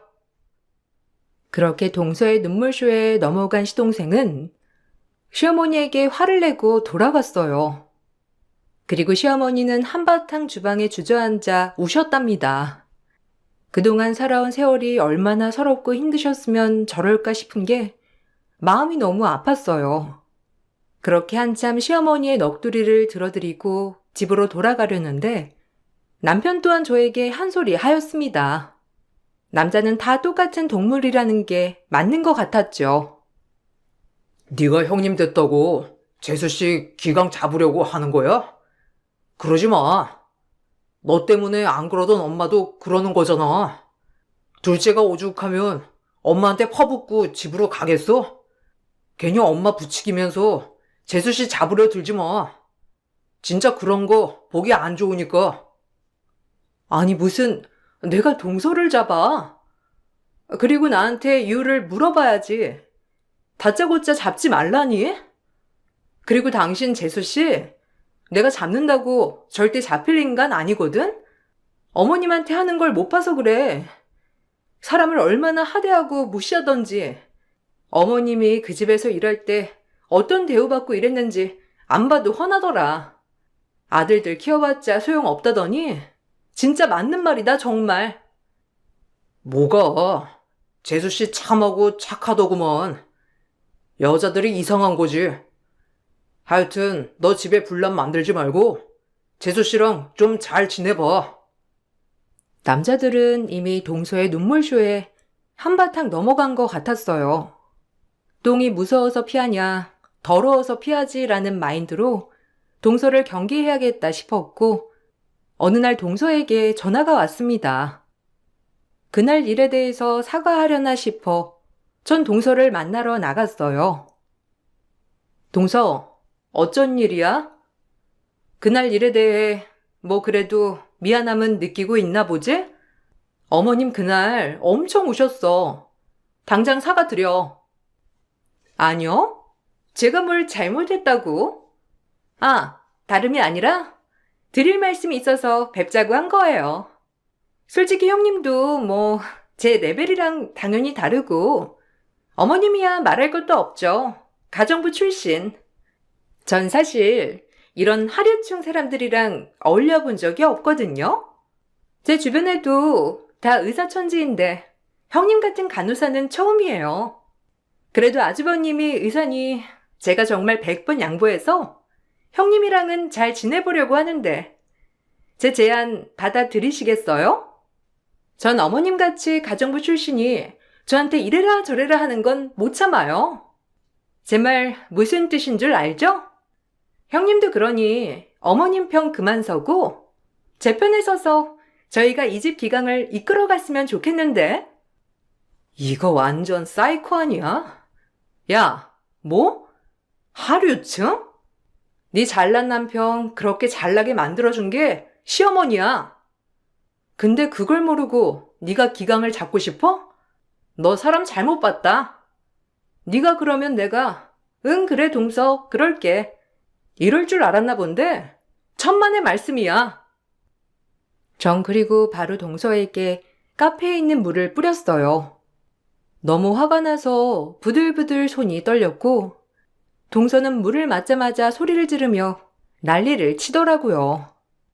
오늘로써 동서는 정말 상종하면 안 되는 인간인 것을 뼈저리게 느끼게 되었답니다. 그리고 집에 가서 무슨 소리를 했는지 당장에 시동생은 저에게 전화를 하고 처음으로 형수님이 아닌 남처럼 말을 하더라고요. 형수님, 진짜 너무하네요. 손아래 동서 그냥 귀엽게 봐주실 것이지. 물까지 뿌려대며 그렇게 형님 노릇 하고 싶었어요? 제가 형수님을 잘못 봐도 한참 잘못 봤네요. 가뜩이나 오냐오냐 자라서 사회 경험이 많지 않은데 오늘 얼마나 놀랬는 줄 아세요? 서방님, 하나는 알고 둘은 모르네요. 지금은 그렇게 옆에서 이간질쇼에 놀아나지만 나중에 모든 사실을 직시하고 어떤 행동을 할지 궁금해지네요. 저도 서방님이 이렇게 감정에 앞서서 진위 여부는 판단하지 못하고 따지시는 분인 줄 정말 몰랐어요. 화가 나서 전화를 끊어버렸어요. 동서와에 있었던 이야기를 모두 하고 싶었지만 동서와 똑같은 사람이 될 것 같아 말을 아꼈습니다. 그렇게 오랜 시간이 지났고 전 동서를 마주할 일을 많이 만들지 않고 피했어요. 그렇게 설이 다가옴에 따라 동서를 마주할 일이 생기고야 말았답니다. 앞서 말했듯이 남편은 의사였기에 그날 당직 근무를 하여 시댁에 같이 내려가지 못했고 전 혼자 시댁에 내려가게 되었어요. 기한길이라 그런지 어마어마하게 차가 막혀서 설 명절날 거의 10시간 만에 순창에 있는 시댁에 도착하게 되었죠. 그런데 어머님이 혼자 외로이 전을 부치고 계시는 게 아니겠어요? 그래서 자초지종을 물었어요. 온다고 하던데 연락이 통 안 되는구나. 둘째는 전화가 아예 꺼져 있고 새아기도 마찬가지로. 이게 사고가 났는지 걱정은 되는데 그래도 할 건 해야 하니까 먼저 하고 있었어. 네가 전화 좀 해봐라. 내 전화는 통 받지를 않아. 뭔 일이 난 건지. 그러게요. 저한테 빨리 와야 한다고 그렇게 성화를 떨던 동서였는데 갑자기 연락 두절이라니. 제가 전화 한번 해볼게요. 시어머니의 걱정 어린 말을 뒤로하고 시동생에게 전화를 하니 역시나 전원이 꺼져 있었고 동서에게 전화를 하니 제깍 받았어요. 뭔가 기다렸다는 듯이 제 전화를 받는 동서였답니다. 그리고 동서에게 나온 말들이 정말 저의 뚜껑을 열리게 하더라고요. 형님, 저희들 가족여행 마라도 놀러 왔으니까 저는 두 분이서 부쳐먹고 연락하지 마세요. 솔직히 10원 한 장 보태주지 않는 시댁에 가서 제가 굳이 전 부치고 희생할 필요는 없잖아요? 저희 엄마 아빠 그리고 이랑 마라도 왔으니까 연락 마세요. 이희한텐 제가 알아서 잘 둘러대고 설명했으니까 이제 전화 안 하셨으면 좋겠네요. 두 분이 짝짝꿍 잘 맞으시니 잘해보세요. 야, 너 지금 말 다 했어? 지금 일부러 시어머니랑 나랑 이렇게 두고 서방님 꼬셔서 네 가족이랑 놀러 갔다는 게 말이 되니? 왜 안 되죠? 우리 엄마 아빠가 얼마나 이 순간을 기다렸는데 그 맘 맞는 시댁 전 못 가니까 두 분이 잘해보세요. 그 말을 끝으로 동서는 전화를 끊었고 너무 기가 막혀 할 말을 잃었습니다. 하지만 세상 순둥순둥 하시던 시어머니는 수화기 너머로 들려오는 동서의 목소리에 크게 분개하셨는지 처음으로 큰 소리를 내셨고 그 이후 나마저 경악할 복수를 시원하게 해주시더라고요. 정말 예상치 못하게 어머님께서 시원한 반격을 해주시니 역시 우리 어머님 한 방이 있구나 싶었어요. 어미야, 내가 도저히 못 참겠어서 그런데 저것들 밟으러 마라도 가야겠다. 너도 얼른 같이 갈채비 하자. 네? 마라도를요? 아, 네, 뭐, 어머님이 가자고 하면 가야죠. 그런데 어머님 괜찮으세요? 일단 청심환이라도 드세요. 저흰 그렇게 비행기를 타고 바로 제주도로 날아가 마라도행 배를 탔습니다. 어머님이 처음으로 그렇게 밀어붙이신 일이었어요. 그리고 마라도에 도착하여 한참을 걷다 보니 바로 보이더라고요. 동선의 식구들이 짜장면을 먹고 있는 모습이 말이죠.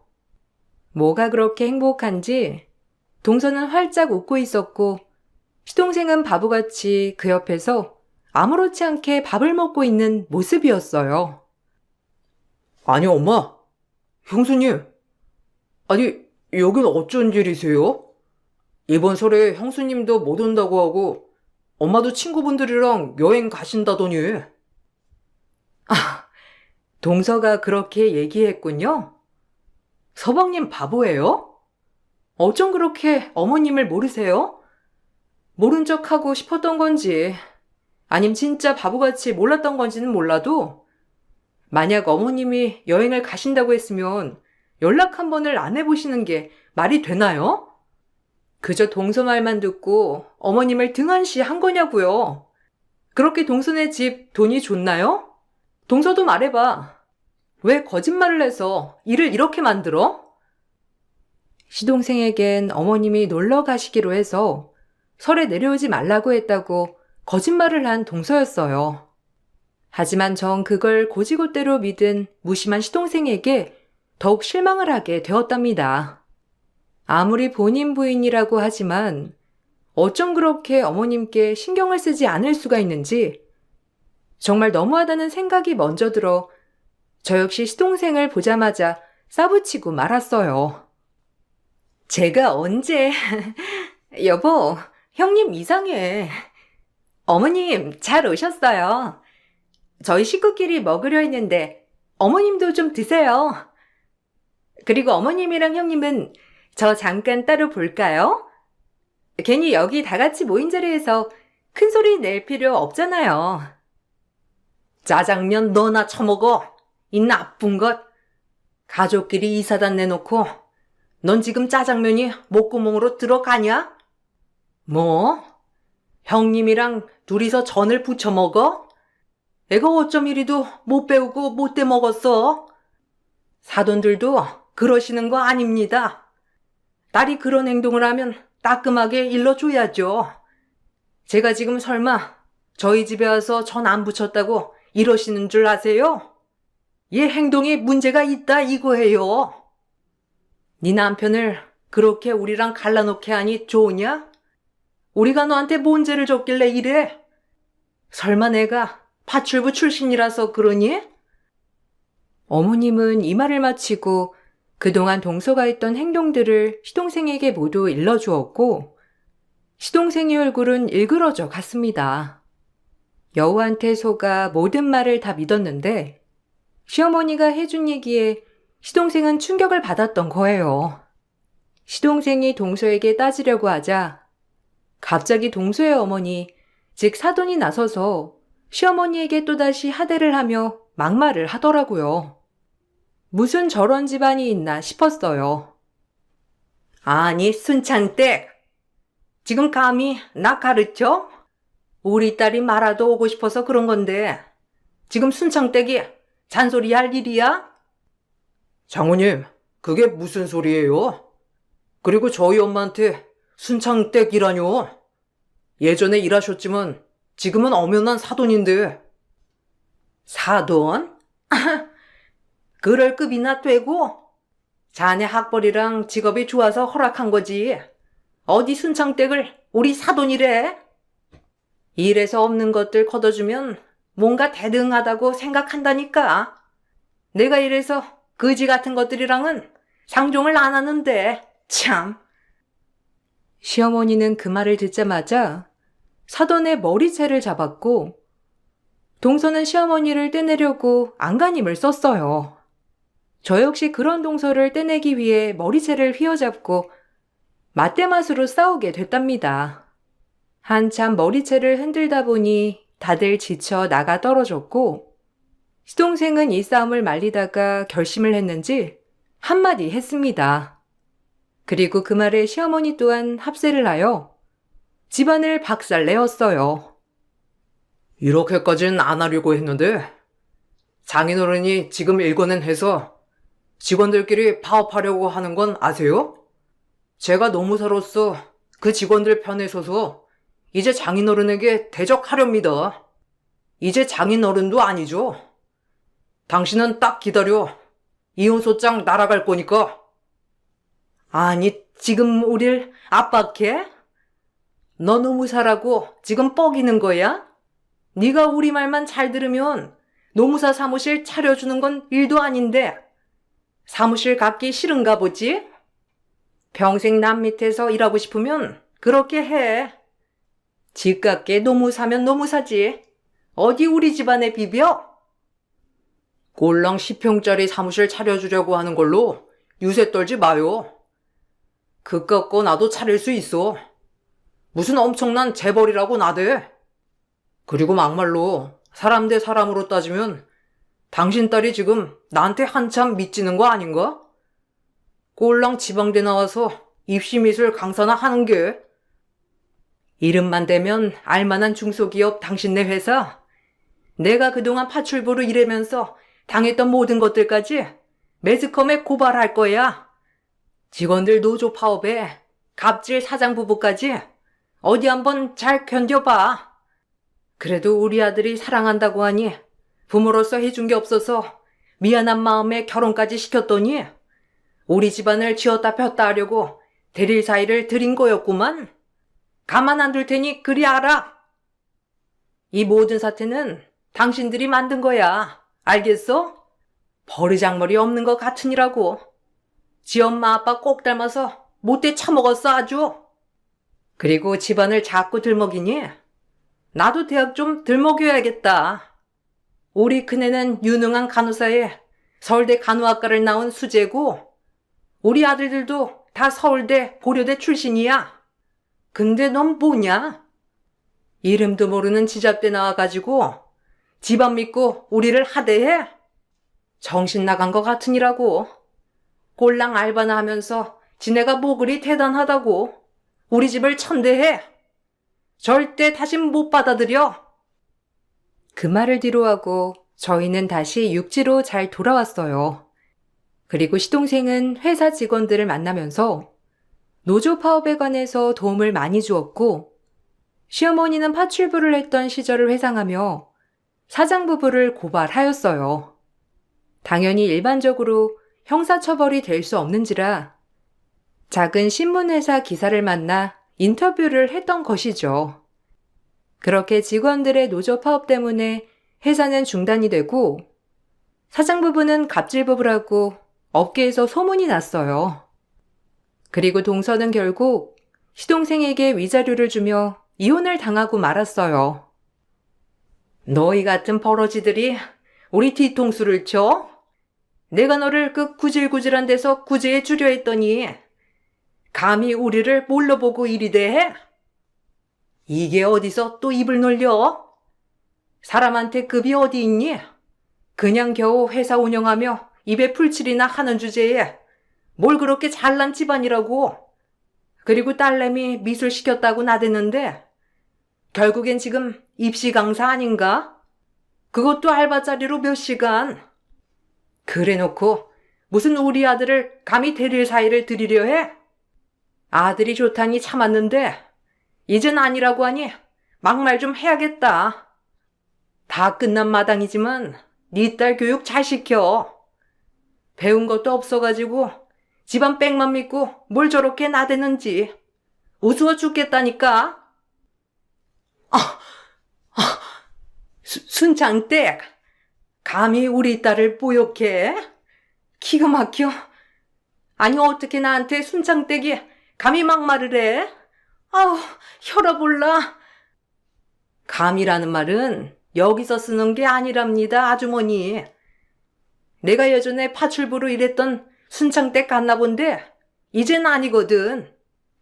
내가 이렇게 잘난 아들들을 두고 당신한테 왜 이런 취급을 당해야 돼?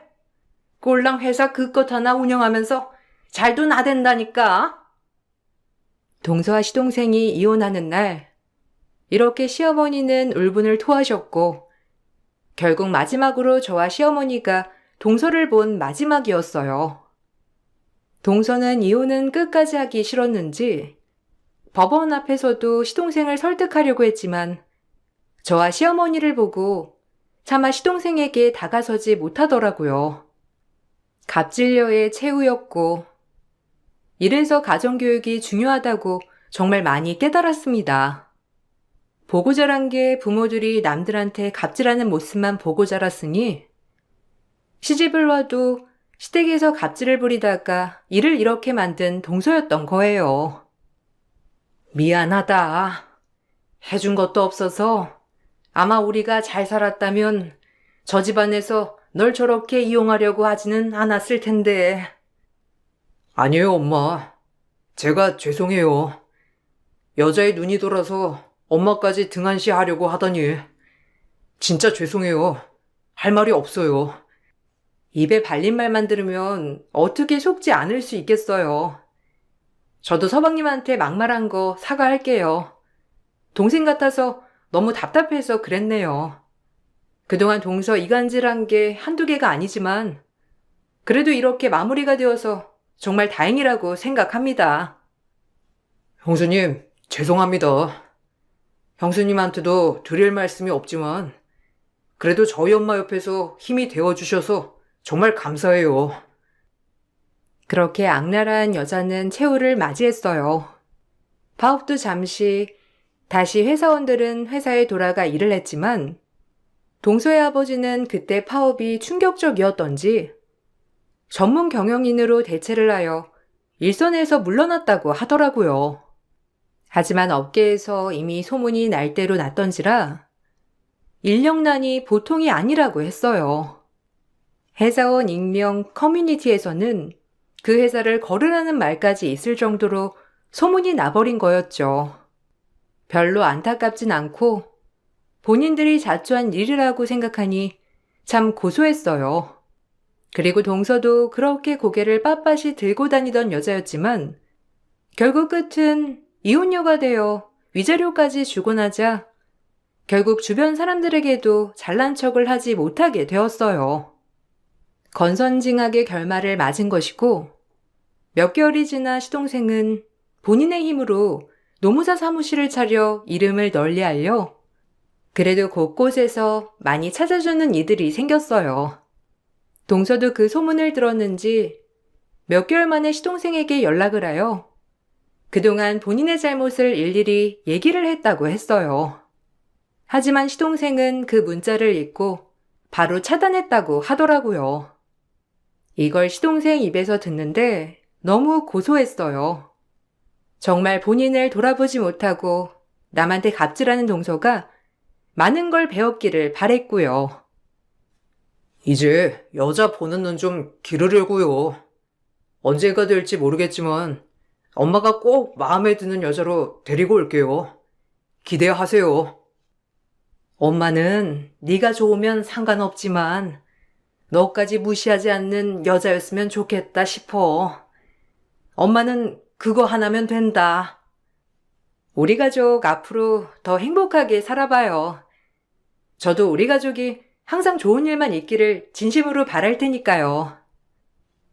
그날 나도 순창에 내려갔어야 했는데 여보, 미안해. 당신한테. 하여튼 남자들이 잘못이었다 싶어. 이제 나랑 동생이랑 당신이랑 엄마 말 무조건 잘 믿고 잘 들을 테니까 지켜봐줘. 엄마 죄송했어요. 저도 할 말이 없네요. 우리 잘 살아보자. 저희 가족은 더더욱 행복해졌어요. 3년이 지난 지금 시동생은 남편이 소개해준 레지던트를 만나 재혼을 하였고 저도 잘 아는 레지던트였기에 오히려 저희 가족은 더 돈독해졌답니다. 시어머니 또한 아들들과 며느리들이 잘 지내는 모습이 제일 행복한 일이라며 즐거워하셨어요. 그리고 저희는 이번 겨울에 온 가족 제주도 여행을 앞두고 있어요. 그때 마라도를 간 게 마지막 여행이었는데 이번엔 좋은 일로 가는 제주도이니만큼 너무 설레고 행복하답니다. 중간에 똥물이 들어와 물을 흐릴 뻔했지만 다시금 바로잡아서 다행이라고 생각이 들어요. 지금은 어느 누구 할 것 없이 서로를 위하고 오히려 서로 배려를 하지 못해 안달이 나는 가족이 되었고 이게 가족이다 싶어요. 여러분들도 이런 경험 있으신가요? 있으시다면 권선징악은 반드시 올 거니 용기 잃지 마세요. 제가 좋은 기운 팍팍 드리면서 이만 글을 마쳐볼게요. 감사합니다.